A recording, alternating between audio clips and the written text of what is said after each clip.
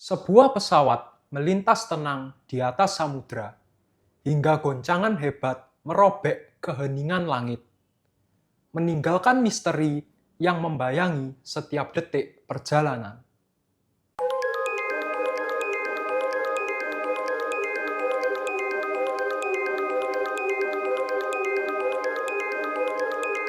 Halo, selamat datang di Sky Enigma.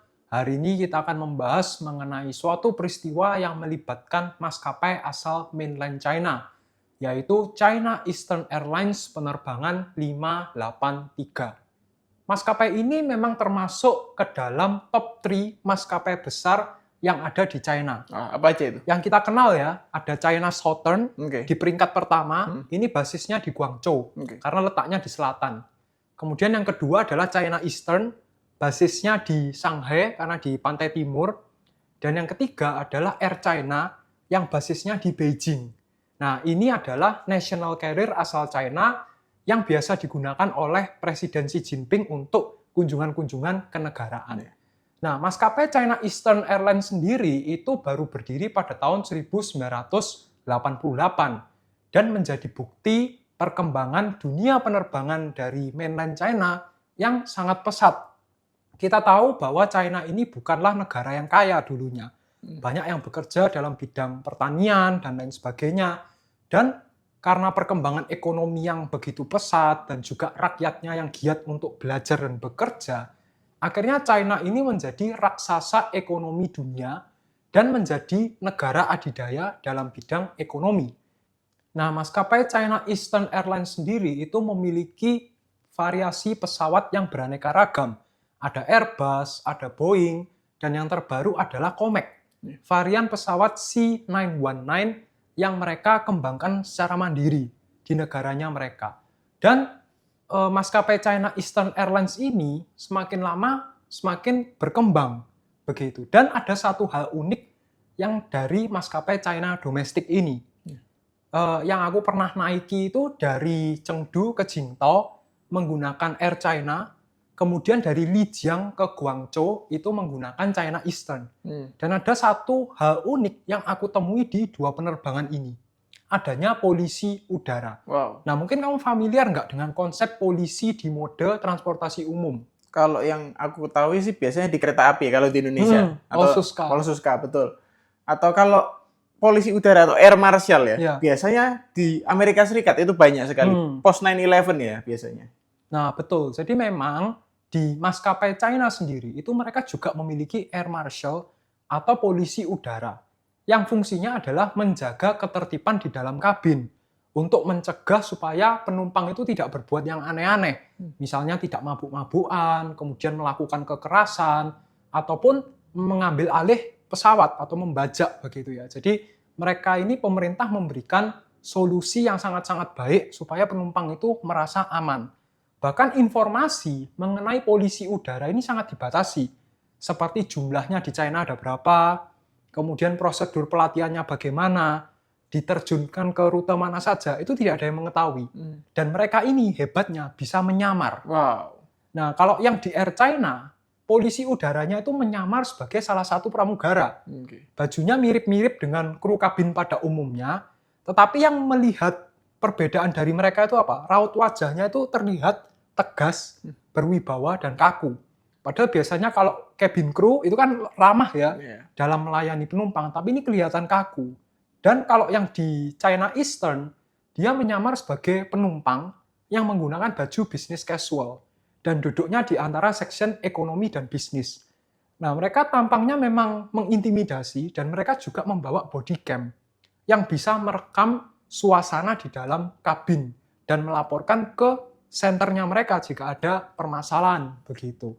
Namun, walaupun China sudah menjaga supaya suasana penerbangan mereka itu sangat-sangat aman, jauh dari terorisme, namun peristiwa yang akan kita bahas pada hari ini itu jauh dari kata terorisme. Karena ada satu faktor lain yang menyebabkan peristiwa ini bisa terjadi. China Eastern Airlines penerbangan 583 melayani rute dari Beijing ke Los Angeles melalui Shanghai. Jadi ini menghubungkan dua negara besar antara China dengan Amerika Serikat.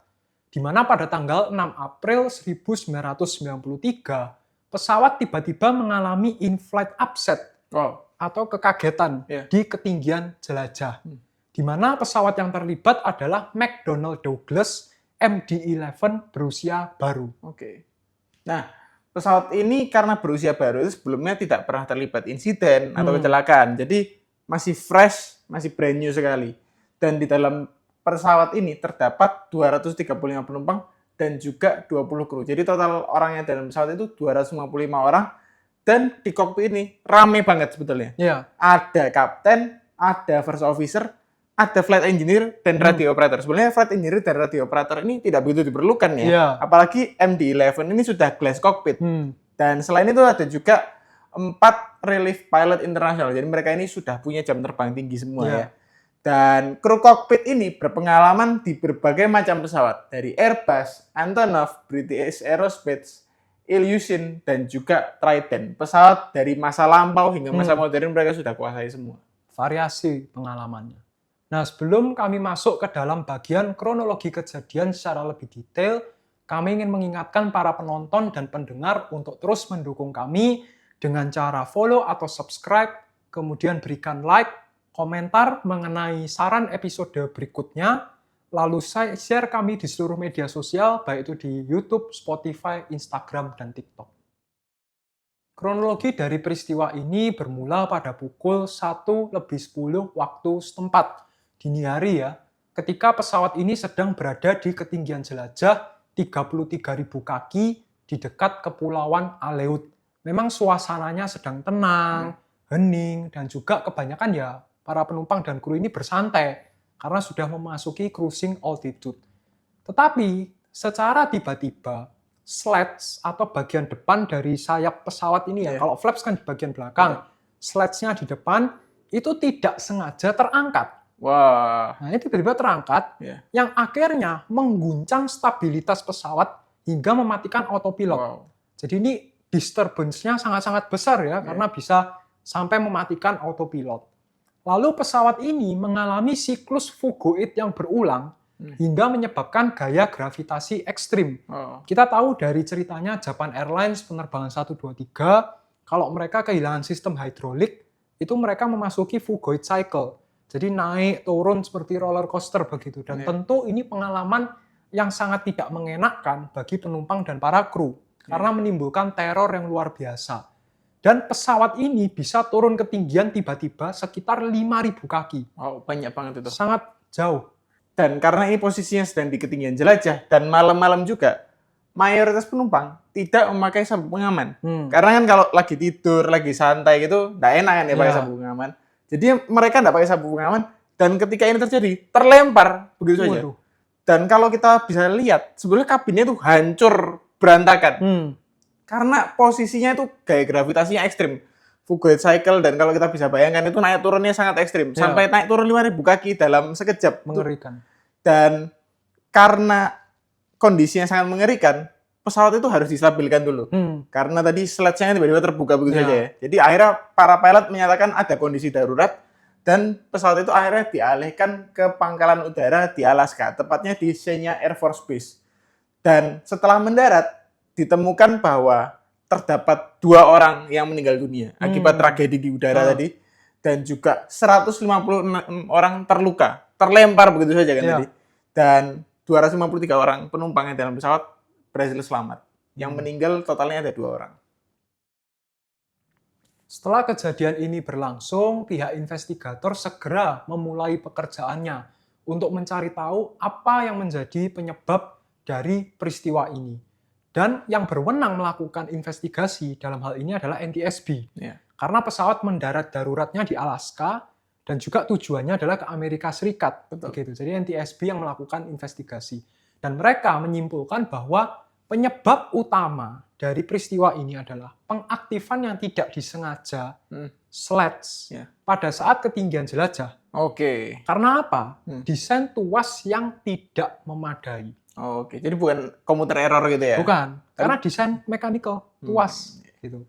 Karena kita tahu kalau di pesawat ini kan banyak tombol Betul. dan banyak tuas. Iya. Nah, bagaimana yang terpenting di dalam manufaktur pesawat, mereka membuat sistem yang tidak mudah tersenggol, Iya. tidak mudah berubah, gitu. Itu yang terutama. Dan ada faktor lain lagi. Apa itu? Pesawat MD-11 ini memiliki respons yang buruk Oke. ketika terjadi gangguan pitch, apalagi di ketinggian jelajah. Jadi ketika mereka itu mengalami disturbance atau interupsi, dampaknya itu bisa sangat-sangat ekstrim. Mereka ini overreacting jenis pesawatnya ini. Dan lebih buruknya lagi, para pilot tadi kan memang punya pengalaman di berbagai varian pesawat. Betul. Pesawat Rusia, semuanya mereka menguasai. Tetapi tidak pernah diberikan pelatihan untuk menangani gangguan pitch di MD-11. Ini permasalahannya. Dan ada faktor yang mendukung juga ya, seperti mayoritas penumpang dan kru itu tidak menggunakan sabuk pengaman. Sehingga otomatis ketika interupsi ini terjadi, mereka itu terlempar seluruhnya ke kabin.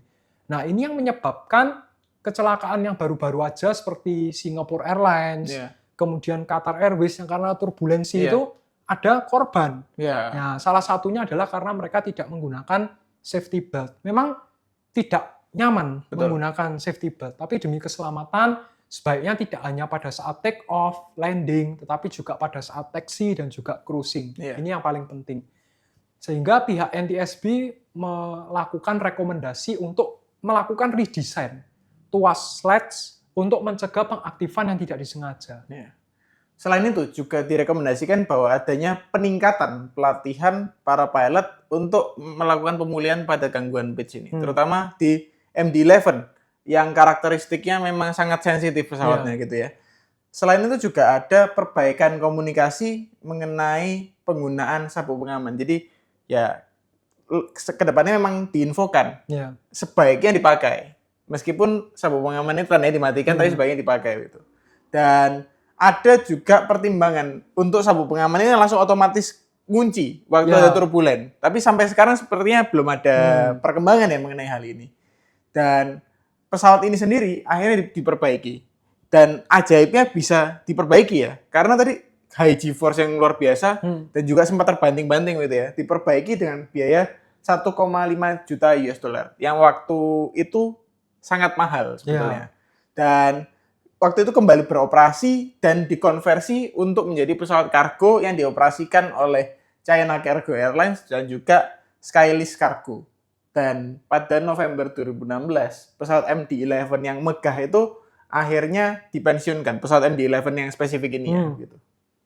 Nah, demikianlah kisah yang dapat kami ceritakan mengenai China Eastern Airlines penerbangan 583. Terima kasih kami ucapkan kepada para penonton dan pendengar yang telah menyimak episode ini dari awal hingga akhir. Sampai jumpa di episode kami berikutnya.